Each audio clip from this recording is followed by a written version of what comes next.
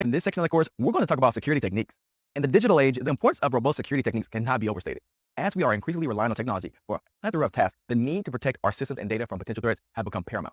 This section delves into the diverse world of security techniques, exploring the various strategies, tools, and methodologies employed to protect different digital assets. From traditional firewalls and antivirus software to more advanced techniques such as biometric authentication, encryption, and intrusion detection systems, we will provide a comprehensive overview of the landscape of security techniques. We will also discuss the evolving nature of these techniques in response to the changing landscape of cyber threats. Whether you're a seasoned IT professional or a novice in the field, this section will equip you with the knowledge that you need to understand and implement effective security measures. So, in this section of the course, we'll be focusing solely on Domain 4, specifically Objectives 4.1 and 4.5. Objective 4.1 states that given a scenario, you must be able to apply common security techniques to computing resources. Objective 4.5 states that given a scenario, you must be able to modify enterprise capabilities to enhance security. First, we'll go over wireless infrastructure security. Wireless networks have become an integral part of our daily lives. From personal use in our homes to large-scale operations and businesses, these networks facilitate seamless communication and data exchange. However, the convenience of wireless connectivity also brings with it a host of security challenges. Next, we're going to jump into discussion of wireless security settings. We're going to go over WPA3, AAA, Radius, cryptographic protocols, and authentication protocols. Then, we're going to talk about application security, including input validation, secure cookies, static code analysis, dynamic code analysis, code signing, and sandboxing. After that, we're going to discuss network access control, or NAC. NAC is a security solution that enforces policies on devices and users in the network. It is designed to protect networks from potential threats by restricting the availability of network resources to endpoint devices and users. Next, we're going to discuss web and DNS filtering. In this lesson, we will cover agent-based web filters, centralized proxies, URL scanning, content categorization, block rules, and reputation. Then, we'll take a look at email security, and we'll talk about some important protocols like DMARC, DKIM, SPF, and Gateway Protocol, as well as covering some spam filtering techniques. After that, we will dive into endpoint detection and response, or EDR. EDR is a cybersecurity technology that continuously monitors and collects data from endpoint devices like computers, tablets, or smartphones in order to identify, investigate, and prevent potential cybersecurity threats. Next, we're going to cover user behavior analytics. User behavior analytics is a process that leverages machine learning, data analytics, and user behavior patterns to identify potentially harmful activities within a system or network. By establishing a baseline of normal behaviors, UBA systems can detect anomalies or deviations. Then, we will cover selecting secure protocols. This includes protocol selection, port selection, and transport method selections. And finally, we will take a short quiz to see what you learned during this section of the course and review each one of those quiz questions to fully ensure that you can explain why the right answers were right. So, let's jump into the coverage of various security techniques that we can utilize in this section of the course.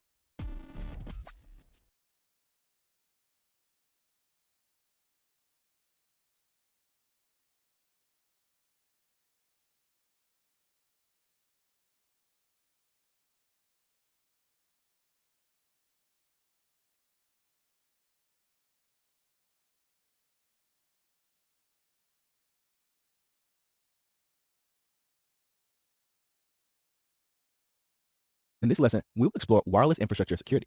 Wireless infrastructure security is a critical aspect of any organization's IT strategy, and as wireless networks have become increasingly widespread in our organization, it is very important that you understand how to secure them effectively. So, in this lesson, we will dive into the importance of wireless access point placement, site surveys, and heat maps to ensure that your wireless infrastructure is secure. First, let's talk about where your wireless access points should be placed and installed. A wireless access point, also known as a WAP, is a device that allows wireless devices to connect to a wired network using the 802.11 Wi-Fi standards and protocols. The placement of these wireless access points is important to consider in terms of achieving both optimal network performance and increased levels of security. Your wireless access point placement will significantly impact the range, coverage, and the signal strength of your organization's wireless network. If you can properly place your wireless access points, you can ensure that your organization's wireless network will cover the entire physical area of your office spaces without leaving dead zones or areas without any coverage by wireless signals. However, proper access point placement isn't just about achieving good coverage for your networks, it is also a huge concern in terms of wireless security of your wireless network. If you place the wireless access point near a window or an external wall of your facility, the wireless signal may extend out past the physical boundaries of your building. This provides an increased coverage zone that could allow unauthorized individuals or threat actors to access your wireless network even if they are located outside your facility. For example, a threat actor could park their car in your parking lot next to your building, and if an access point is located too close to the exterior wall of the building, then the wireless network signal could be obtained safely from the parking lot. For this reason, you should normally place your wireless access point near the center of the facility and away from windows and external walls to minimize the risk of unauthorized access. This is especially true if your wireless access points are using omnidirectional antennas that broadcast the signal 360 degrees in every direction. Alternatively, if you need to place a wireless access point on one of your exterior walls, then you should select a unidirectional antenna that only broadcasts the wireless signal in one direction, inwards toward your facility, and this will prevent an attacker from gaining access to the network from your parking lot or other areas outside of your facilities. When placing your wireless access point, you should always place the access point in a higher location, such as placing it on top of a shelf or mounting it to the ceiling. This will help maximize coverage and minimize interference with your wireless network. If you're trying to install a wireless network in a large building though, you will not be able to adequately cover the entire building with a single wireless access point. So instead, you need to install them in an extended service set or ESS configuration where multiple wireless access points work together to create one large merged coverage zone across the entire facility and provide seamless coverage as a user moves throughout the facility, automatically switching from one wireless access point to another while still remaining on the same enterprise network. When setting up multiple wireless access points that are working together in an extended service set configuration, it is important that you consider interference between different wireless access points, since they are only a few channels that most wireless access points can support in the FCC-approved frequency bands for wireless networks. The two most common types of interference are co-channel interference and adjacent channel interference. With co-channel interference, you start to experience interference because there are two wireless access points that are providing overlapping coverage in the same area, and they are using the same channel or frequency bands to create their coverage areas. Because of these two access points using the same frequencies or channels, it will cause those signals to collide, and then the data must be retransmitted again and again until it successfully is transmitted. This retransmission will slow down your wireless network since it is adding additional traffic to your wireless networks. On the other hand, adjacent channel interference will occur when the channels selected for your adjacent wireless access points do not have enough space between the channels, which causes some overlapping of the frequencies or signals being transmitted, which can cause a significant number of errors and loss of bandwidth. For example, if two access points within range of one another are configured in the 2.4 GHz band with channels 1 and 6, they will not overlap. But if a third access point is added using channel 3, it will use part of the spectrum used in both of the WAPs, and all three networks will suffer from interference. This is because in the 2.4 GHz band, there are only 11 frequency bands, or channels, that are allowed to be used. Each channel from 1 to 11 is considered to be 22 MHz wide, but there's only 100 MHz of total frequency bands available, so there's a lot of overlap between different channels. For example, channel 6 operates a 22 MHz channel centered on 2.437 GHz. This means that there's a strong overlap with channels 5 and 7, and a little less interference with channels 4 and 8, since channel 6 operates at a peak efficiency of 2.437 GHz, but then the strength of the signal deteriorates and weakens as the signal spreads out from 2.436 GHz to 2.448 GHz to create a circular channel pattern on the frequency chart. For this reason, you should always select channels 1, 6, and 11 if you're operating in the 2.4 GHz wireless frequency band, since these channels do not overlap with each other and they will not interfere with each other. Now that we have a little interference theory covered, let's move into the more practical side of figuring out if you have interference in your wireless network and if your wireless access points have been placed in the right locations to provide us with the best coverage.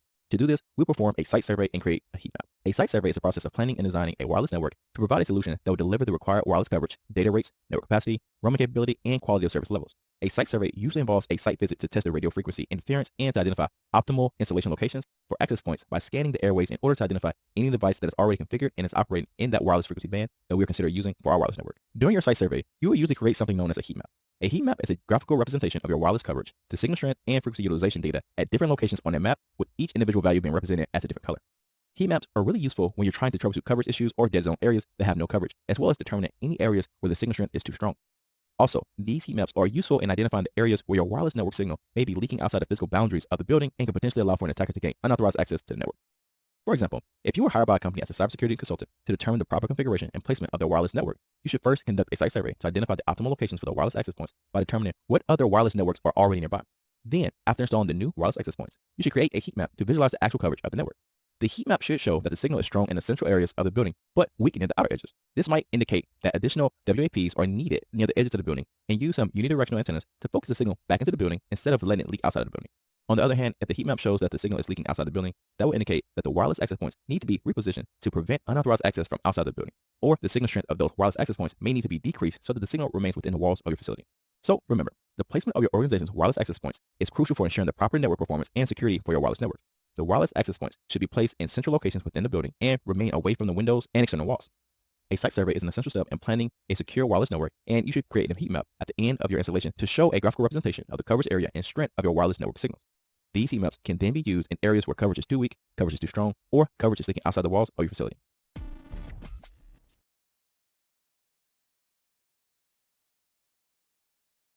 In this lesson, we're going to cover wireless security setting. Wireless networks have become a big part of modern life by providing us with convenient and flexible access to the internet. However, these wireless networks can also present some unique security challenges, so we need to look at the importance of using the right wireless security settings, including the use of WPA3 or other forms of wireless encryption, AAA, and Radius for creating additional layers of authentication on a network, and the use of the Extensible Authentication Protocol known as EAP. First, let's review some of the most common forms of wireless encryption, including WEP or WEP, WPA, WPA2, and the most secure form of the wireless encryption, WPA3.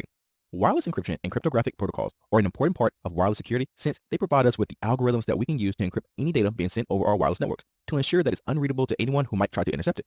This provides us with confidentiality in our networks. The first form of wireless encryption was known as WEP. WEP, also known as Wired Equivalent Privacy, was released in 1999 as part of the original IEEE 802.11 standard, and is considered to be an outdated wireless network security standard that aimed to provide a wireless local area network with the equivalent level of security and privacy when compared against what is usually expected of a wired local area network. WEP, or WEP, employs a static encryption key system where devices on the same network use the same key to encrypt and decrypt messages. Wire equivalent privacy encryption keys come in two main sizes, 64-bit and 128-bit. The 64-bit web key is typically 40 bits of actual key data with an additional 24 bits of an initialization vector added to it, while the 128-bit web key is composed of 104 bits of key data, again with an additional 24 bits of initialization vector. The use of a longer key in the 128-bit web was intended to offer stronger security, but both have been proven to be easily compromised with modern techniques. This system is fundamentally flawed because with enough data traffic to analyze, especially with tools that automate this process, an intruder can often reconstruct the key, leading to unauthorized network access. Furthermore, due to its reliance on the weak and vulnerable RC4 encryption algorithm, web is susceptible to relatively straightforward cryptographic attacks, so it is considered to be an insecure option for wireless security and should no longer be used. When you hear about web, I want you to remember that it is considered insecure because of a weak 24-bit initialization vector that modern laptops can crack in just about 3 minutes for almost every web-based network. WEP was then replaced by WPA, or Wi-Fi Protected Access, in 2003 as an interim security enhancement over the flaw WEP while the IEEE 802.11i wireless security standard was being developed. WPA aimed to correct the pitfalls of WEP and provide stronger security measures for wireless networks. WPA was designed to improve upon WEP's encryption mechanisms by implementing a temporal key integrity protocol known as TKIP, which dynamically generates a new 128-bit key for each packet and thus prevents the key reuse vulnerabilities associated with WEP. However, while WPA was a significant step forward, it still inherited some of WEP's vulnerabilities due to having been initially designed as a patch for the existing WEP networks already in use by enterprises around the world. Although it was considered to be more secure than WEP at the time of its release, WPA's own vulnerabilities, particularly those within the TKIP, quickly became apparent, and this makes WPA susceptible to certain forms of cryptographic attacks and emphasizes the need for further advancements in wireless security protocols. When you hear about WPA, I want you to remember that it's considered insecure because of the lack of sufficient data integrity checks in the TKIP implementation. So when the 802.11i standard was introduced in 2004, a replacement for WPA called WPA2, or Wi-Fi Protected Access 2, was released. WPA2 brought a new level of data protection and network access control to wireless networks by rectifying many of the weaknesses observed in the older and more vulnerable WPA implementation. While WPA2 replaced WPA's TKIP with the Advanced Encryption Standard, or AES protocol, and it also began utilizing the CCMP as a more robust encryption mechanism. The real name for CCMP is the Counter Cipher Mode with Blockchaining Message Authentication Code Protocol, but most people simply refer to it as CCMP in the real world. By shifting to WPA2, we receive not only stronger encryption, but also new integrity checking feature called the Message Integrity Code, or MIC. However, despite these advancements, WPA2 eventually showed vulnerabilities as well, such as with the crack attack in 2016, which demonstrated that even the most robust security protocols can become susceptible to threats over time. And this brings us to our more secure and most modern implementation of wireless security and encryption, known as WPA3. WPA3, or Wi-Fi Protected Access 3, is the latest version, and it continues to use AES for encryption while adding new features, including the simultaneous authentication of equals, enhanced, open, updated cryptographic protocols, and the use of management protection frames. The simultaneous authentication of equals, or SAE, provides a new key establishment protocol to replace the older pre-shared key method used in WPA2 to provide us with better protection against offline dictionary attacks. The simultaneous authentication of equals replaced the four-way handshake authentication and association mechanism of WPA with a protocol that is based on the Diffie-Hellman key agreement. This means that even if an attacker captures the data necessary to form the cryptographic handshake in WPA3, they still cannot use that data to perform an offline attack to guess the network password. WPA3 provides several improvements over the older WPA2 protocol, including offering more robust protections even if the user chooses a weak, simple, or short password. WPA3 also simplifies the process of configuring security for devices that have limited or no display interfaces. The second feature added to WPA3 is Enhanced Open. Enhanced Open, also known as Opportunistic Wireless Encryption, or OWE, presents a significant step forward in wireless security, particularly for networks that utilize the open authentication method. In traditional open Wi-Fi networks, data is sent over the air unencrypted, which makes it easier for eavesdroppers to capture your sensitive information while it's being transmitted over the network. Enhanced Open improves upon this by providing individualized data encryption between the user device and the Wi-Fi access point, even where there is no authentication such as password protection being required to join the network. The Enhanced Open method enhances user privacy and security since it protects against passive eavesdropping attacks that are common in public Wi-Fi scenarios. While it doesn't offer full-fledged security like WPA3, Enhanced Open helps to ensure that the connection between clients and access points are encrypted. Enhanced Open also provides a more secure connection than traditional open networks, so it is a valuable feature for network providers who offer public Wi-Fi services to their end users. The third feature we need to cover in WPA3 is the use of updated cryptographic protocols. In WPA3, the older AES CCMP used in WPA2 is replaced with a newer variant of AES known as the AES GCMP, or Galois Counter Mode Protocol. This protocol not only supports the 128-bit AES algorithm for your personal networks, but also supports a 192-bit AES for the use in enterprise or personal networks with the WPA3 protocol. The fourth and final feature of WPA3 we need to cover is the use of management frame protection. These management protection frames are required to be used in order to safeguard your network against key recovery attacks. This security mechanism ensures the integrity of network management traffic by preventing eavesdropping, forging, or tampering with these type of frames, which are critical for the overall management and maintenance of wireless communications. In prior protocols, these frames were transmitted unsecured, leaving them vulnerable to various forms of cyber attacks, including denial of service attacks. By enforcing their protection, WPA3 enhances network stability and user security, ensuring that attackers cannot disrupt the network by manipulating the traffic essential for maintaining wireless connections. This represents another layer of defense, fortifying the network, especially in dense, complex environments where such attacks can be very disruptive. Another important wireless security setting to consider is the use of AAA protocols like Radius or TACACS+. These protocols are pivotal in managing network security by facilitating the centralization of user authentication to ensure that only authorized individuals can access the network resources. Implementing such protocols is fundamental in creating a robust security infrastructure, especially in environments where sensitive data is transmitted over networks and stringent compliance requirements is a must. Radius, or the Remote Authentication Dialed-In User Service, serves as a networking protocol that operates on a client-server model that provides comprehensive authentication, authorization, and accounting services, or AAA services, to your network's users. Radius is widely used in an enterprise environment to enable secure access to your network resources by authenticating users through a centralized server that can validate users' identities and grant appropriate access based on predefined policies. Additionally, Radius facilitates the monitoring of user activity to ensure that accountability and the enforcement of security policies is occurring. On the other hand, we have TACACS+, or Terminal Access Controller Access Control System Plus, is another powerful protocol designed to provide a similar range of AAA services.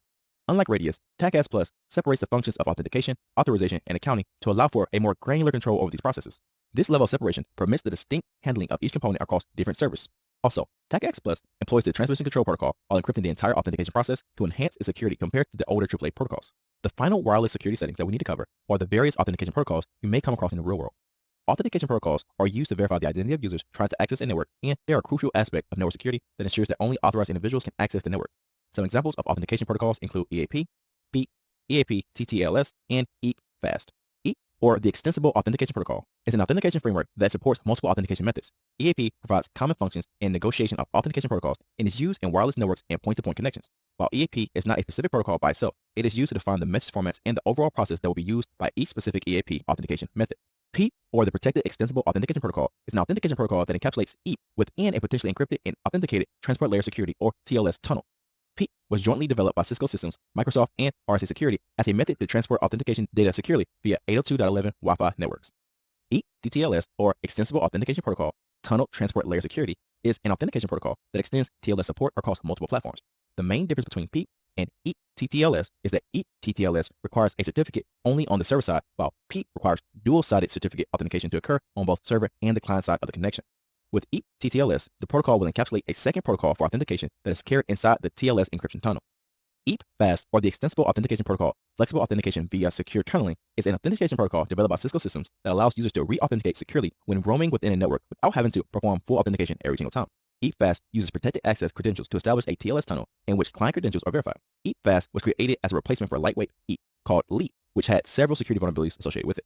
Each of these extensible authentication protocols has its own strengths and weaknesses, and the choice between them depends on the specific requirements of the network and resources available.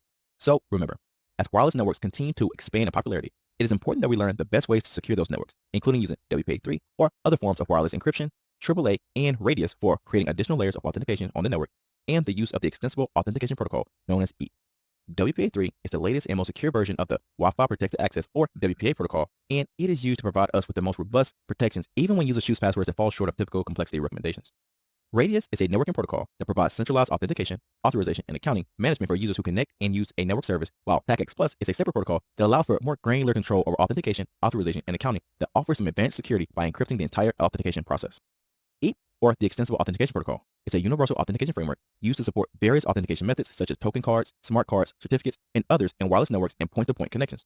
By embracing these advanced protocols and methodologies, we can better empower our wireless networks with a more secure infrastructure that is designed to withstand modern threat actors by ensuring that both user authenticity and data integrity are protected in our wireless networks.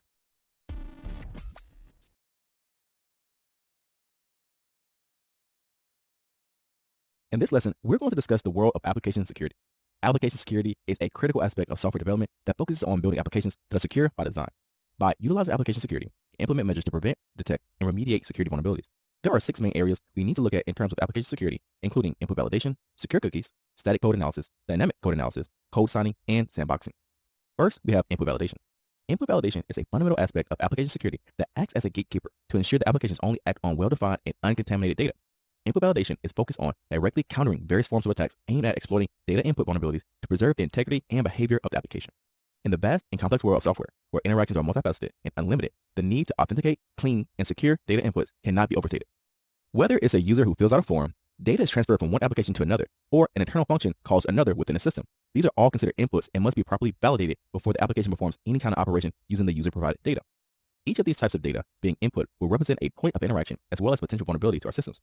Often, threat actors will attempt to break into a system by feeding it data that could trigger an unintended reaction or breach by conducting a SQL injection, cross-site scripting, buffer overflow, and other types of attacks. This is why input validation is important, because it serves as a kind of quality control for data to ensure that every piece of information is valid, secure, and correctly formatted before it's processed by the application. This is not just about preventing malicious attacks, but it also helps to ensure that our systems behave predictably and can handle errors gracefully. For example, if a function expects a numerical value but receives a string instead, it can cause errors or unpredictable behavior. Proper input validation catches such issues before the application attempts to perform an operation on the wrong type of data. Implementing input validation involves establishing specific criteria known as validation rules. These rules delineate acceptable and unacceptable inputs. For instance, if an input field is expecting a phone number, and the validation rules might require 10 digits and no letters, special characters, or additional digits. Anything outside of this will be flagged and rejected, or the system might request the user to input the data again. These rules can be very simple, like checking if input is empty, or more complex, like verifying if the input matches a regular expression used by an email address. However, input validation is not just about setting up boundaries, but it's also an important security measure to ensure that data is validated early in the process. We refer to this as front-end validation, where any web forms created in an application will ensure that the data matches the right format before accepting it. Conversely, we will also implement back-end validation as well to ensure that our servers check the data prior to allowing an application to utilize that data. It is important because front-end validation alone can be bypassed by an attacker, but using back-end validation by itself could become more expensive or time-consuming since it relies on your own servers to do the validation. Now, while input validation is critical to perform, it is important to remember that it's not a cure-all solution, and you still need to have a multi-layered approach to security known as defense in depth to achieve high levels of security. This might include using secure communication protocols, regular security auditing, and implementing proper error handling to implement your own defense in depth strategy. Next, let's discuss the use of secure cookies. Cookies are small pieces of data stored on a user's computer by the web browser while browsing a website. They are used to maintain stable information between the web server and the client. However, if not properly secured, cookies can be exploited to hijack user sessions or steal sensitive data. Secure cookies are a solution to this problem. They are transmitted over a secure HTTPS connection to prevent potential eavesdroppers from intercepting the cookie data. For example, a banking website would use secure cookies to store session information to ensure that even if an attacker can intercept network traffic, they cannot read or modify the cookie data. There are some practices that you should be aware of when utilizing cookies. You should always refrain from utilizing persistent cookies for session verification. Instead, you should always generate a fresh cookie each time the user authenticates again to prevent session hijacking from occurring. Also, you should enable the secure attribute on the cookie to ensure that a cookie is not transmitted over an insecure HTTP connection accidentally. To protect your cookies from being reachable within a document object model or by a client-side script, you should enable the HTTP-only attribute in the cookie itself. If you need to control which origin can access a given cookie, you can configure the same site attribute on the cookie so that it reduces the risk of a cross-site request forgery attack from being successful. Next on our list is static code analysis. Static code analysis, also known as static application security testing, or SAST, is a method of debugging an application by reviewing and examining its source code before the program is ever ran. Static code analysis is designed to analyze source code for potential vulnerabilities such as buffer overflows, SQL injection, and cross-site scripting attacks, as well as ensure that the programmers have implemented proper input validation into the front end and back end of the code. For example, a static code analysis tool might flag a piece of code that concatenates a user-provided string into a SQL query. This could potentially lead to an SQL injection vulnerability if the user-provided string contains a malicious SQL command. Instead, the program should perform input validation on the user entered string before passing it to the SQL database server. Alternatively, you could code the program so that it only utilizes templated queries instead of allowing for a direct input of a search term by the user to prevent security issues. Static code analysis is usually performed using software analyzers. The analysis software must support the programming language used by the source code. Now, if you perform this code review using a human instead of a static software analysis tool, we refer to this as manual code review. When conducting manual code reviews, we usually assign a different programmer to review the code than the person who initially wrote the code. Also, it helps us find any mistaken assumptions or uncover any lack of knowledge or experience that the initial programmer may have had. Next, we can also utilize dynamic code analysis to find additional vulnerabilities in our applications. A dynamic code analysis, also known as a dynamic application security testing, or DAST, is a testing method that analyzes an application while it's running. Dynamic code analysis is designed to find vulnerabilities that a static code analysis might miss, such as runtime errors and memory leaks. A dynamic code analysis tool might interact with a web application to provide various inputs and observe the related outputs to identify any potential vulnerabilities. For example, if the tool inputs a script into a form field and the application returns the script in its response without proper encoding, this could indicate a potential cross-site scripting vulnerability. When it comes to dynamic code analysis, the two most common methods of conducting dynamic code analysis is fuzzing and stress testing. Fuzzing, also known as fuzz testing, is a software testing technique used to discover coding errors and security loopholes in software, operating systems, or networks by inputting massive amounts of random data called fuzz to the system in an attempt to make it crash. The process of fuzzing involves the automated injection of malformed or unexpected data into the system and then monitoring for exceptions such as crashes, failing built-in code assertions, or potential memory leaks. Stress testing is a type of software testing that evaluates the stability and reliability of a system under extreme conditions. The goal of stress testing is to identify the system's weak points and determine how it behaves under intense loads and how it recovers from failure. For example, a website might be stress tested by simulating thousands or millions of users accessing the site simultaneously. This can help identify bottlenecks in the system, test the effectiveness of load balancing, and ensure that the system can handle high traffic volumes. Alright, Now that we have discussed some different code analysis techniques, let's discuss a way that a programmer can attest to the fact that they wrote a specific application. To do this, we utilize code signing. Code signing is a technique used to confirm the identity of the software author and guarantee that the code has not been altered or corrupted since it was signed. Code signing involves using a digital signature to authenticate the software's source and integrity. Code signing is the main way to confirm that a piece of code, like a program or script, is genuine and hasn't been tampered with since it was distributed by the developers. The process works by having the developer make a unique code called a cryptographic hash of the file and then encrypting that hash using the developer's own private key to create a digital signature of the program's file. Whenever the program is sent out next, it will come with a copy of the developer's code signing certificate. This certificate has a public key that the receiving computer uses to check and confirm that the signature is valid. Then the operating system asks the user to decide if they trust the signature and want to run and install the given program. For example, when you download an application from the Apple App Store, you can be confident that the application is genuine and hasn't been tampered with since it was uploaded by the developer. This is because Apple requires all applications to be signed with a developer certificate before they can publish it to the App Store. It is crucial to understand that the process of digital signatures on a file or program does not guarantee its absolute security or the absence of vulnerabilities. However, what it does ensure is that the file or program has not been tampered with since the developer originally created and signed it. In other words, the digital signature confirms that the file is in the same state that the developer intended it to be when they distributed it. Finally, let's talk about sandboxing. Sandboxing is a security mechanism that is used to isolate running programs by limiting the resources that they can access and the changes that they can make to a system. Sandboxing is a method of executing untested or untrusted programs without risking harm to the host device or network. For example, when you open a potential harmful website in your browser, the browser runs the website's code in a sandbox. This means that even if the website tries to execute malicious code, it won't be able to affect your entire computer because it's confined to the web browser sandbox in most cases. These sandboxes provide a more comprehensive solution than a typical anti-malware tool would, since they allow for testing code under various environments and not just the current system configuration, since you can run numerous sandboxes on one system using different operating systems. For example, if I am running a macOS on my MacBook Pro, I can also run a sandbox that contains macOS as its operating system, as well as sandboxes with a Linux operating system or a Windows operating system as well. So remember, in the world of application security, we need to consider 6 key areas: input validation, secure cookies, static code analysis, dynamic code analysis, code signing, and sandboxing. Input validation is designed to act as a vigilant gatekeeper that ensures that our applications only process well-defined and untainted data to counteract various forms of attacks. Secure cookies help to prevent vulnerabilities like session hijacking through the secure transmission and using the proper attribute settings on the cookies. Static code analysis involves proactive vulnerability detection through source code review. Dynamic code analysis is used to uncover any runtime issues. Code signing provides a means to verify the software authenticity, and sandboxing is used to isolate any untrusted code to mitigate its ability to potentially cause harm. These multifaceted security measures, when integrated into software development practices, help to create a robust defense strategy against the ever-evolving world of cybersecurity threats.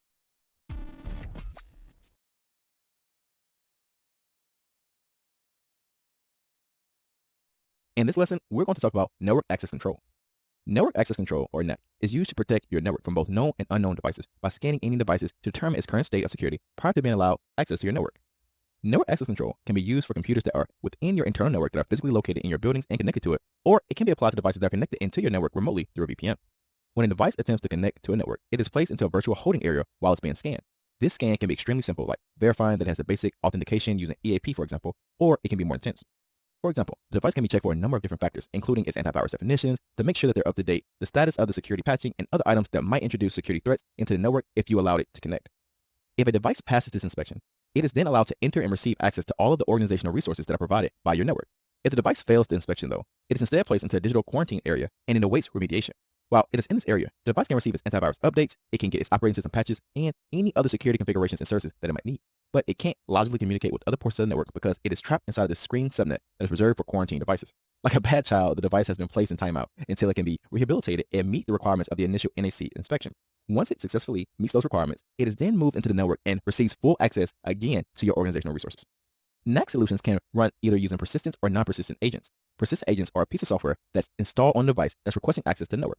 This works well in a corporate environment because the organization owns all the devices and controls their software baselines, but it doesn't work really well if you're using an environment where people bring their own devices.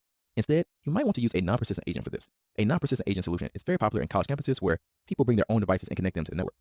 These solutions require the users to connect to the network, usually over Wi-Fi, and then they go to a web-based captive portal for login, and they have to click a link. Once they click that link, the link then downloads an agent onto the computer, scans the device for compliance, and deletes itself from the user machine once it's done with the inspection. Network access control can be offered as a hardware or software solution when being implemented in your networks. One of the most commonly used network access control mechanisms is called IEEE standard 802.1x, which is used in a port-based network access control. Most modern NACs will be built up on top of the 802.1x standard using additional features and capabilities as well. In addition to the NAC health policy, there can also be different rule-based methods that you can use for granting or denying access to your network using NAC. There's more than just a health policy though. This includes things like time, location, role, or rule-based methods to check a device for entry to the network. With time-based factors, we will define access periods using a time-based schedule. For example, you might work in a company that only operates from 9 to 5, so if you try to log in at 2 in the morning, you could be denied access. You have to be careful when you implement these time-based approaches, since you could end up blocking legitimate access by mistake. In our company, we have employees who work on both sides of the world, and so while I'm sleeping at 2 in the morning, some of the employees are over in Asia trying to access our networks. We can make it so that they can only access our systems during their daytime hours and that we can only access our systems during our daytime hours if we want to use a time-based model. With location-based factors, we're going to evaluate the location of the endpoint requesting access using geolocation of its IP, its GPS, or other mechanism. For example, if I know that one of the employees always logs in from Florida, but now all of a sudden their login credentials are being logged in from Italy, that would be something that would be flagged, and we might put them into remediation until we figure out if they're really the right person. After all, maybe that person is on vacation and they're accessing their work email from Italy, or maybe someone hacked their credentials and they're trying to log in as them. Both of those would be things that we could catch using location-based access. With role-based factors, we can reevaluate a device authorization when it's being used to do something. This is known as adaptive NAC. For example, if your device tries to join a subnet that's used for server management and is on a user account and a user laptop, it should be rejected. But if I try to connect a server to the domain, it will allow that to happen because that is an authorized function based on the role of that device. By using this adaptive NAC, we're able to look at the role of the device and figure out if it's something that it should or should not be allowed to do. With rule-based factors, we can use a complex admission-based policy that might enforce a series of rules, and we basically write them with a bunch of logical statements. If this, then this. If this, and this. If this, or this. For example, if Jamario is an instructor, let him access this thing. If Jamario is a student, deny him access. That's the idea of a rule-based NAC. Now, that's obviously a very simple example, but hopefully you get the idea. Our goal is to make policies based on a series of rules and then allow or deny people based on those things. So remember, network access control, or NAC, is used to protect your network from both known and unknown devices by scanning any devices to determine their current state of security prior to being allowed access to your network. As you can see, NAC is very useful as part of our defense in-depth strategy and helps to enforce zero trust architecture within our networks.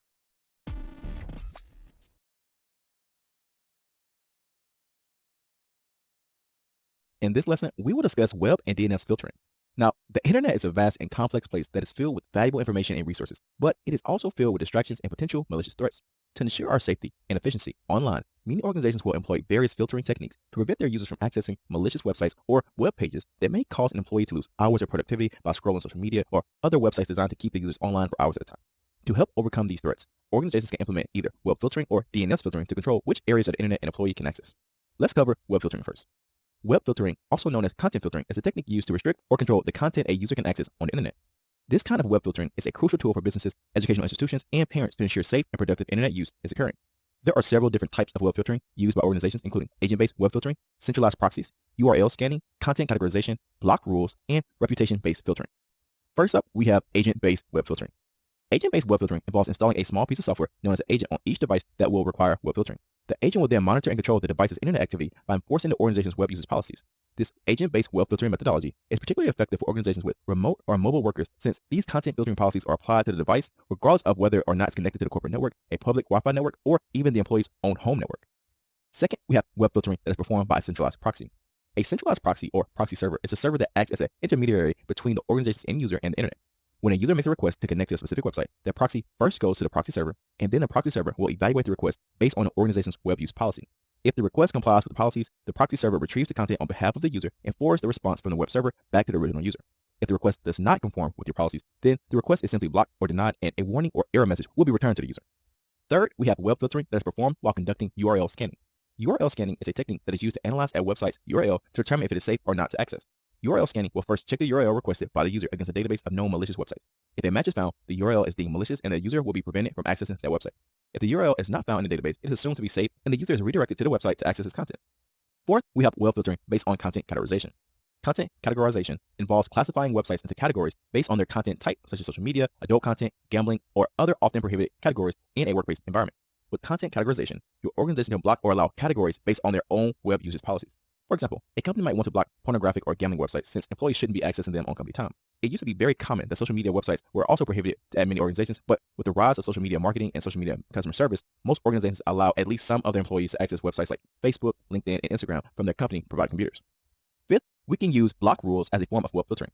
Block rules are specific guidelines set by an organization to prevent access to certain websites or categories of websites. For example, a system administrator might have noticed that there was a significant amount of data transfer from their web base to an unknown file server on the internet. This could be an indicator that someone is exfiltrating your sensitive data and sending it to a remote server. So, in this case, the system administrator might want to add the IP address of their remote file server to prevent any further communications between your network and the remote server, while the rest of the security team performs an incident response due to the suspected data exfiltration attempt. Six, we have reputation-based filtering. Reputation-based filtering involves blocking or allowing websites based on their reputation score. This reputation score is typically determined by a third-party service and takes into account factors like the website's history of hosting malware or engaging in phishing attacks. For example, let's consider an organization that uses a web filtering solution like a reputation-based filtering. An employee attempts to visit a website that they received via an email link. The web filtering solution checks the reputation of the website against a database provided by a third-party service. If the database reveals that the website has a low reputation score due to past incidents of phishing attempts and hosting malware, then the web filtering solution will block access to the website in order to protect the employee and the organization's network from a potential threat. Now that we have covered web filtering, let's take a look at an alternative filtering method known as DNS filtering. DNS filtering, or domain name system filtering, is a technique used to block access to certain websites by preventing the translation of specific domain names into their corresponding IP addresses. When a user tries to visit a website, their device sends a request to a DNS server to translate the website's domain name into an IP address. If the domain name is on a DNS filter's block list, the DNS server will not provide the IP address in order to prevent the user from accessing the site. If the website is not on the block list, then the IP address from the web server is returned and the user making the request is redirected over to the requested website. DNS filtering is a powerful tool to prevent access to malicious websites and is commonly used to enforce internet usage policies such as blocking access to inappropriate content in a given network. For example, schools and universities often use web and DNS filtering to block access to inappropriate content and ensure that their students are using the internet only for educational purposes. In these cases, the school or university might block access to sites that host social media accounts, adult content, or gambling. So remember, web filtering and DNS filtering are two important tools for ensuring the safe and productive use of the internet. By using web filtering and DNS filtering, your organization can prevent its employees from accessing malicious or distracting websites while enforcing your organization's internet and usage policies. Web filtering can be agent-based or agentless, and it can involve URL scanning, content categorization, block rules, and reputation-based filtering. When it comes to DNS filtering helps to prevent the translation of specific domain names to their corresponding IP addresses.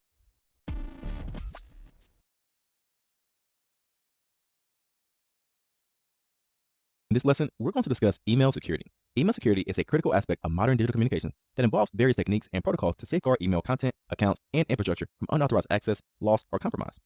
Some of these techniques include the configuration of DKIM, SPF, DMARC, email gateway protocol, and spam filtering mechanisms. First, let's discuss DKIM.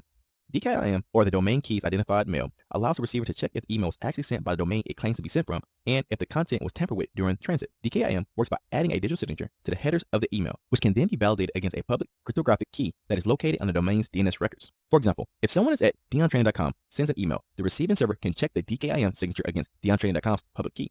If the digital signature matches, this confirms that the email is genuinely from DionTraining.com and that it hasn't been modified during transit from our servers to your email server. DKIM can provide us with numerous benefits like email authentication, protection against email spoofing, improved email deliverability, and an enhanced reputation score. Second, we have SPF. SPF, or the Sender Policy Framework, is an email authentication method designed to prevent forging sender addresses during email delivery. When an SPF-enabled server receives email, it can verify the sender's IP address against a list of authorized IPs published in the sender's domain DNS records. For example, if someone at DionTraining.com sends an email, the receiving email server will first check if the IP address of the sender is listed in the SPF record of DionTraining.com before accepting it. If the IP address is not listed as authorized in the Sender Policy Framework, then the email will be marked as spam or it will be rejected by the email server. Some of the benefits of implementing SPF include preventing email spoofing, improved email deliverability, and enhanced domain reputation. Third, we have DMARC configuration, or DMARC. DMARC, or Domain-Based Message Authentication, Reporting, and Conformance, is an email validation system designed to detect and prevent email spoofing. DMARC allows the administrative owner of a domain to publish a policy on which mechanisms should be employed when sending emails from that domain and how the receiver should deal with the failures. DMARC can work with either DKIM, SPF, or both, depending on how you configure it. For example, a company like DionTraining.com sets up a DMARC policy that instructs receiving email servers to reject any emails that claim to come from DionTraining.com but have already failed the DKIM or SPF checks. This would be a proper way to implement DMARC in order to increase your email security. The primary purpose of implementing DMARC is to protect a domain from being used in business email compromise attacks, phishing emails, email scams, and other cybersecurity threat activities. In our modern enterprise networks, every email server should be configured to use DMARC as a minimum level of protection against email-based scams and attacks. Fourth, we have the configuration of our email gateway protocol. An email gateway is a server or system that serves as the entry and exit point for emails. This gateway is then responsible for handling the transfer of emails between the internet and a local network. Email gateways are crucial for ensuring the secure and efficient transmission of emails. Email gateways usually rely on the Simple Mail Transfer Protocol, or SMTP, to send and receive emails. When an email is sent, it first passes through the sender's email gateway before it's sent over the internet. Once the email reaches the recipient's domain, it will then go through the recipient's email gateway before it's delivered to the intended recipient inbox. Email gateways are implemented to help with email routing, email security, policy enforcement, and the encryption and decryption of emails. Our organization's email gateway is primarily responsible for routing outgoing emails to the correct destination and directing incoming emails to the appropriate user inboxes. These email gateways also provide us with higher levels of email security by helping to protect us against threats like spam, phishing, and malware by scanning each incoming or outgoing email for malicious content or suspicious patterns.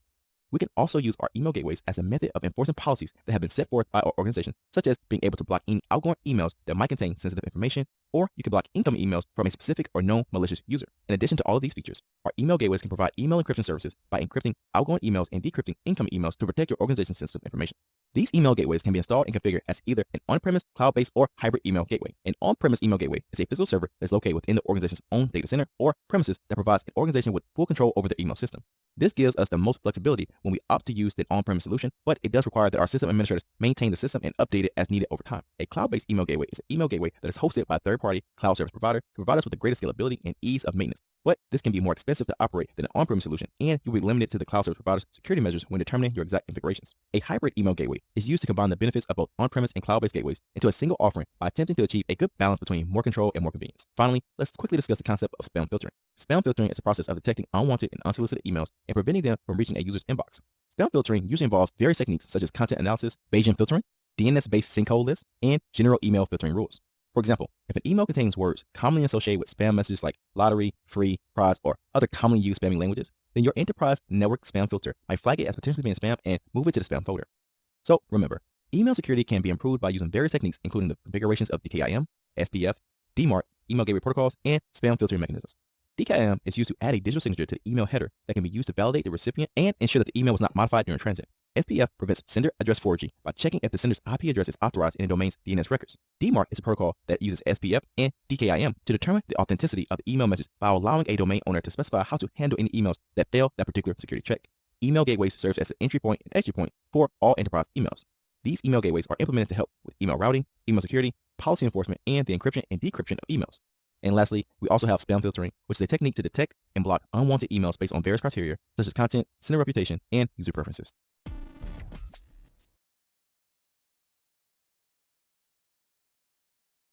In this lesson, we will cover endpoint detection and response. Endpoint detection and response, or EDR, is a cybersecurity technology that addresses the need for continuous monitoring and response to advanced threats. EDR is a critical component of security operations for many companies and organizations. Endpoint detection and response was the original version of the technology, and it heavily relies on file integrity monitoring and has been updated in recent years to include extended detection and response. So, in this lesson, we will discuss all three of these technologies, including endpoint detection and response, file integrity monitoring, and extended detection and response. First, let's take a look at endpoint detection and response. Endpoint detection and response, also known by its acronym EDR, is a category of security tools that monitor endpoint and network events and record the information in a centralized database where further analysis, detection, investigation, reporting, and alerting takes place. Primary purpose of an endpoint detection and response solution is to provide incident data to our cybersecurity analysts to help enhance the security monitoring, incident response, and forensic investigations that they conduct on your enterprise network. For example, an endpoint detection and response solution might monitor a network for signs of malware or other cyber threats. If a threat is detected, the endpoint detection and response solution can either alert the security team or take predefined actions from a playback using automation and orchestration to mitigate the identified threat. So how does endpoint detection and response work? Well, EDR works by continuously monitoring and gathering data from endpoints that could indicate a threat by following a six-step process of data collection, data consolidation, threat detection, alerts and threat response, threat investigation, and remediation. The first step is data collection. The endpoint detection and response process begins by performing data collection from all of the endpoints.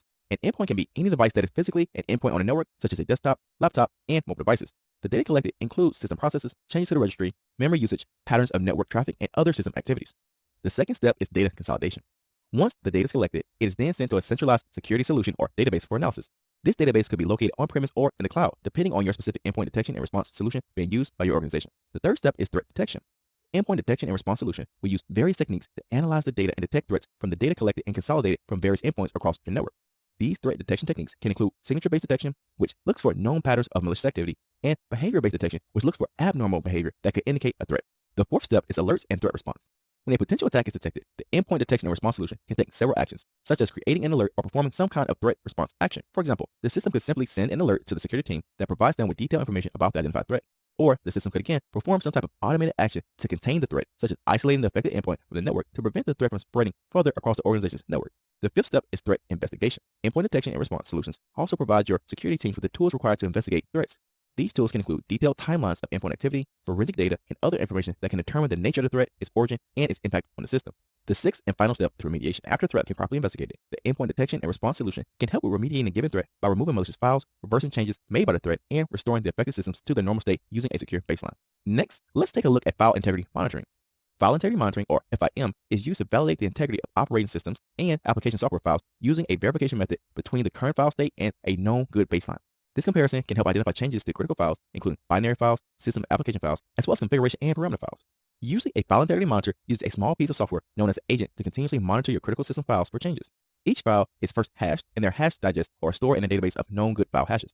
Then, if an unauthorized change is detected, the File Integrity Monitor solution can alert your security team, who can investigate whether the file change is a true indication of security breach having occurred or not. Finally, we need to discuss the latest version of an endpoint detection and response technology, also known as Extended Detection and Response.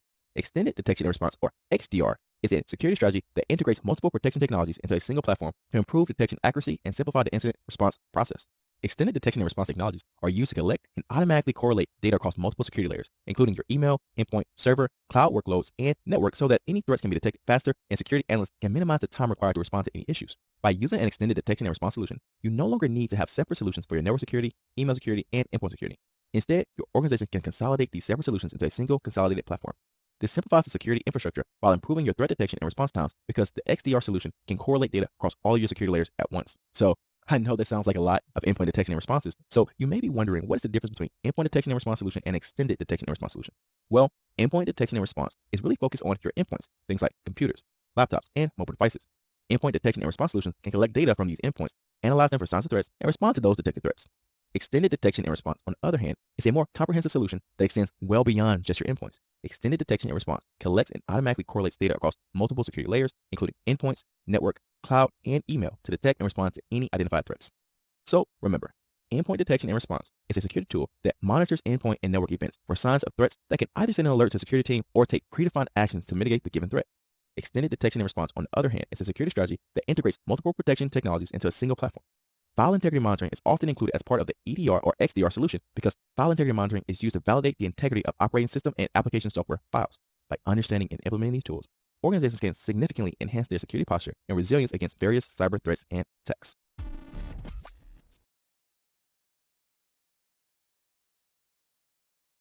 In this lesson, we will cover user behavior analytics. User behavior analytics, or UBA, is an advanced cybersecurity strategy that leverages the power of big data and machine learning to analyze user behaviors and detect anomalies that may indicate potential security threats. As cybersecurity threats evolve, organizations are moving beyond traditional signature-based detection methods and instead are turning to user behavior analytics to create a more proactive defense posture. Now, depending on who you're talking to, you may hear many people call this type of technology user behavior analytics, again, also known as UBA, or user and entity behavior analytics, known as UEBA. Really, these technologies are very similar, but UEBA adds the monitoring of entities to our user behavior analytics. When we're talking about entities, we're referring to things beyond your user accounts, like your routers, servers, and endpoints in the network. Now, user behavior analytics is a rapidly evolving field that leverages big data to understand user behavior within systems and networks. User behavior analytics collects data from various sources to identify patterns that represent typical user behavior. With user behavior analytics, our goal is to detect anomalous behavior or instances that deviate from these established patterns that can indicate potential security threats, such as insider threats, compromised credentials, or external attacks. Our user behavior analytics systems utilize machine learning algorithms to learn and understand normal user behavior over time. As they learn what normal looks like, they will then begin to understand how to identify deviations that should be flagged for further investigation by a member of your security team. User behavior analytics systems are designed to collect and analyze data from various sources, including network traffic, user devices, and application logs. This data is then processed using advanced analytic techniques such as machine learning and statistical analysis to create a baseline of normal user behavior. Once this baseline is established, the user behavior analytics system will continuously monitor your organization's user activity while comparing it to the baseline to identify any anomalies. For example, if a user typically logs in during regular business hours, but suddenly starts logging in late at night, this could be flagged as anomalous behavior. Now, this may or may not be malicious, but because the user is working late to finish a big project, which might be fine. But either way, this behavior is outside their normal behavior, so it will create an alert for the security team to review. If it is found to be malicious, then the account could be suspended and response actions undertaken. Similarly, if a user who usually accesses a specific set of files starts accessing a different set of files, this could also be flagged as suspicious. For example, if one of our instructors starts trying to access our human resource or financial data, that will be flagged since they are normally not required to access the more sensitive areas of our organization's shared drive. Now, as you can probably guess, there are a lot of benefits of using user behavior analytics tools, including early detection of threats, insider threat detection, and improved incident response. First, we have early detection of threats. User behavior analytics tools can be used to help organizations identify potential threats before they cause significant damage. By detecting anomalous behavior early, your organization can respond more quickly and effectively to prevent the spread of that given threat. For example, if one of our employees were to download a large amount of data from our servers, this could indicate a potential server exfiltration attempt. If we have a user behavior analytics system in place, it could flag this behavior as anomalous and alert our security team to a potential threat. If we instead relied on traditional detection methods like manual log analysis, this threat may go undetected for several days, weeks, or even months before a security team member identifies it. Second, we have insider threat detection. User behavior analytics tools are particularly effective at identifying insider threats, which are often some of the most difficult things to detect using traditional security measures. By analyzing user behavior, our UBA tools can identify suspicious activities that may indicate an insider threat. A good example of an insider threat may be an employee who starts to access your organization's sensitive information, even though, again, they typically do not need that kind of information to do their job. With a UBA system, this activity could be quickly identified as unusual behavior and our security team will be alerted. Third, we have improved incident responses. By providing detailed information about user behavior, our user behavior analytics tools can help our security teams respond more effectively to incidents. For example, if the system is able to detect that a user's credentials have been compromised, the security team can quickly take steps to secure the account, or the UBA tool may even be able to lock out the user account automatically and then alert the security team to investigate the potential compromise. Another example might be if a user account suddenly starts performing actions that it doesn't typically perform. This could indicate that the account has been compromised. In this case, the user's account might typically only read data, but now is suddenly trying to modify or delete data, in which case your user behavior analytics system would flag this anomalous behavior that should be investigated by your security team. So remember, user behavior analytics is a powerful tool for detecting potential security threats by identifying anomalous behavior that may indicate a threat. You may hear this technology called UBA or UEBA. User behavior analytics, or UBA, is an advanced cybersecurity strategy that leverages the power of big data and machine learning to analyze user behaviors and detect anomalies that may indicate potential security threats. When we call it UEBA, we are referring to user and entity behavior analytics, and we add in the monitoring of entities to our user behavior analytics. So we're not just including our user accounts, but also devices or entities like your routers, servers, and endpoints in the network as well.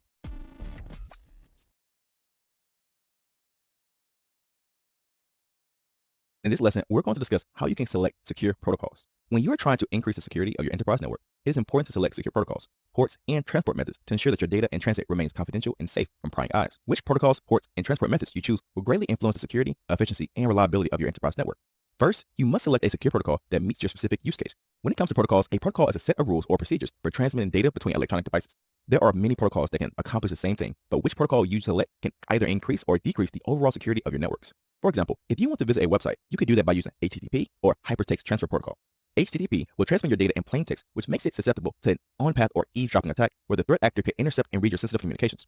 Conversely, you could instead choose to access the website using Hypertext Transfer Protocol Secure, also more commonly known as HTTPS, to encrypt any data that you want to send before it's transmitted so that data is sent as ciphertext that is unreadable to anyone except the intended recipient, who has the proper decryption key to convert the ciphertext back into human-readable plain text. Or, if you want to conduct a file transfer from your laptop to a given file server, you could either use FTP or SFTP to make that file transfer. If you opt to use the file transfer protocol known as FTP, your data will be transmitted in plain text, which makes it susceptible to the same kind of on-path or eavesdropping attacks as HTTP. On the other hand, if you opt to use secure file transfer protocol known as FFTP, all of your data will be passed between your laptop and the file server through an encrypted secure shell or SSH tunnel to ensure that data maintains its confidentiality during the data transfer. With HTTP versus HTTPS and FTP versus SFTP, we should just choose to use the encrypted version of the same basic protocol, but that is not always the case. For example, if you wanted to remotely control a server using a command prompt or terminal environment, then you might opt to use Telnet or Secure Shell.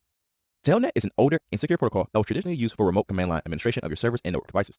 Telnet is an application layer protocol that allows a user on one computer to log into another computer that is part of the same network. However, Telnet has significant security flaws because it doesn't use any type of security or encryption. So all of the data transmitted using Telnet, including login credentials like username and password, are all sent as plain text over the network, which makes it vulnerable to an on-path or eavesdropping attack. On the other hand, if you select the Secure Shell protocol, usually referred to as SSH, then we will be using a protocol that still allows for the remote command line administration of your servers and other network devices, but it uses strong passwords and public key authentication to log into the SSH service, and all of the data being transmitted is encrypted, therefore making the transfer over the network safe. So if a system administrator uses SSH to log into a server, their login credentials are encrypted before being sent over the network so that even if someone could intercept that data, this attacker could not be able to read it without the proper encryption key. This makes SSH a much more secure choice for remote command line administration and should always be selected instead of Telnet on all your systems and networks. So, as a basic rule, always select a protocol that will use encryption to protect your data while it is transferred over a given network. This includes protocols like HTTPS, SFTP, SSH, IMAPS, POP3S, SMTPS, SNMPS, and others. In general, almost every protocol has both an unencrypted or legacy version and a newer, more modern encrypted version. Most of the time, the protocol will simply add an S to the end of the unencrypted protocol to signify that is a more secure version of that protocol. For example, if we add the S to HTTP, that's going to give us HTTPS, which is the encrypted and more secure version of the Hypertext Transfer Protocol. Next, let's consider the port selection process. Ports are logical constructs that identify specific processes or services in a given system. These ports are associated with an IP address for the host and the protocol type being used. These ports are categorized into three ranges: well-known ports, which are from 0 to 1023, registered ports, which are from 1024 to 49,151, and dynamic or private ports, which are from 49,152 to 65,535. Well-known ports are used by system processes or services and consist of port ranges again from 0 to 1023. Registered ports are usually used by software applications and utilize a port number between 1024 and 49,151. Dynamic ports or private ports are often used for client-side connections, and these range again from 49,152 to port number 65,535. Dynamic ports are usually randomly assigned by operating system when you attempt to make a new connection to a well-known or registered port on another system. For well-known and registered ports, you will find that the default port number for a protocol will also indicate if it is a secure or insecure port and protocol. Consider the example for our HTTP and HTTPS ports. If you select HTTP, you'll be using port 80 by default for your web server, which relies on the hypertext transfer protocol. On the other hand, if you select HTTPS, you will be using port 443 by default for your web server, which will rely on the hypertext transfer protocol secure, which uses encryption to protect the data being sent over the HTTPS protocol. If you want to force all of your users to access your server by only using the more secure HTTPS connection, then you will need to ensure that port 443 is open on your firewall while port 80 is closed or blocked on your firewall. If you consider the ports for email, you will see that we have a few options to consider, including SMTP and SMTPS for sending emails, or POP3 or POP3S, IMAP and IMAP-S for receiving emails. The Simple Mail Transfer Protocol comes in two varieties, SMTP and SMTPS, and both are used for sending emails. SMTP is the insecure version that operates in plain text over port 25, but SMTPS is the secure and encrypted version that operates over port 587 instead. If you are trying to receive emails, you can either use the Post Office Protocol 3 or the Internet Message Access Protocol. The Post Office Protocol 3 comes in the default POP3 version and the more secure POP3S version. The Post Office Protocol 3 is an email protocol that allows for the retrieval of email messages from a mail server going over port 110.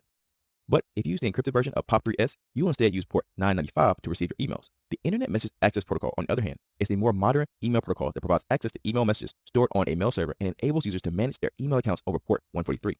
If you opt to use the encrypted version of IMAP, we will call this IMAP-S or IMAP Secure, and it will encrypt all of your emails before they are received by you over port 993.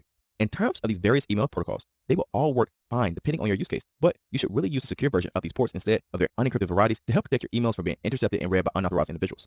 When selecting ports, it's important to follow the principle of least privilege, which means only opening the ports necessary for your application to function and blocking all others. This will help to minimize the attack surface and reduce your chances of unauthorized access or a data breach from occurring.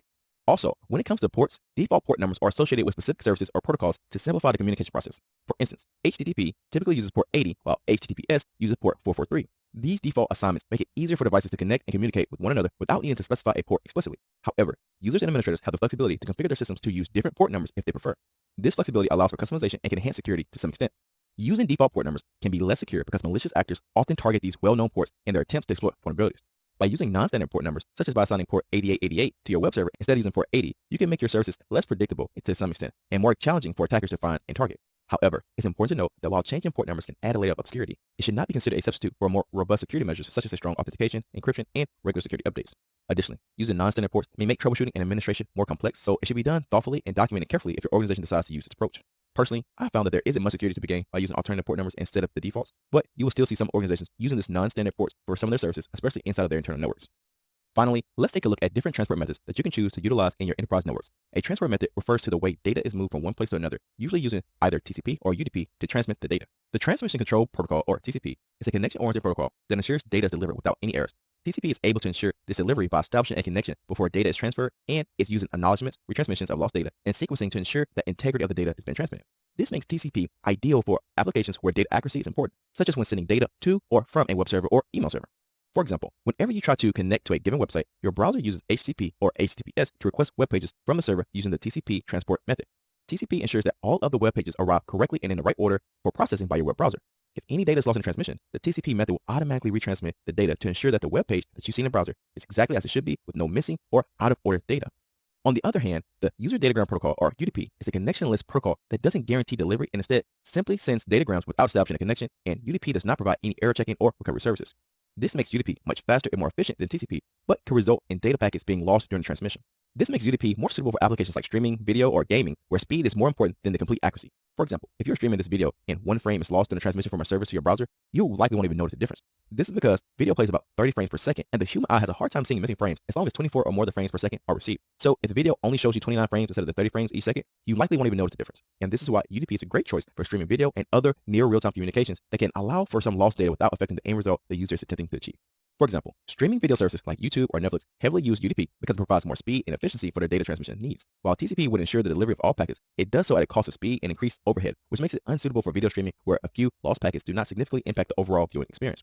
With UDP, data packets are continuously streamed, and if packets are lost, the video player simply skips over the lost data and continues with the next data available to ensure a smoother playback for the end user. When you are attempting to select the right transport method for your organization's needs, you should first consider the nature of your application. If the application requires that data integrity be maintained as your top priority, then you should select Transmission Control Protocol or TCP to meet your needs. If instead you want to prioritize the speed and efficiency of your data transmission, using the User Datagram Protocol or UDP might be a more suitable choice to meet your needs. So remember, you should always opt for secure protocols that provide encryption, especially when transmitting sensitive data or over an untrusted network like the internet. Protocols like HTTPS, SFTP, SSH, IMAPS, POP3S, SMTPS, and SNMPS all rely on encryption as part of their protocols to ensure your data remains confidential while being transferred over a given network. Once you select a protocol, you can then assign the port that the protocol will use, with ports being categorized into three ranges. Well-known ports, which range from 0 to 1023, registered ports, which range from 1024 to 49151, and dynamic or private ports, which range from 49152 to 65535. Your system should also follow the principle of least privilege by only opening necessary ports while blocking all unneeded ports on your network and systems to reduce the attack surface and minimize the risk of unauthorized access. Finally, you need to select the transport method by opting to use either TCP or UDP. The Transmission Control Protocol, or TCP, is a connection-oriented protocol that ensures data is delivered without any errors by providing error checking and retransmission if the packets are lost. The User Datagram Protocol, or UDP, on the other hand, is a connectionless protocol that doesn't guarantee data delivery and instead simply sends datagrams without establishing a connection. And UDP does not provide any error checking or recovery services. By making informed choices about the protocols, ports, and transport methods used, you can significantly enhance the security, efficiency, and reliability of your organization's enterprise network.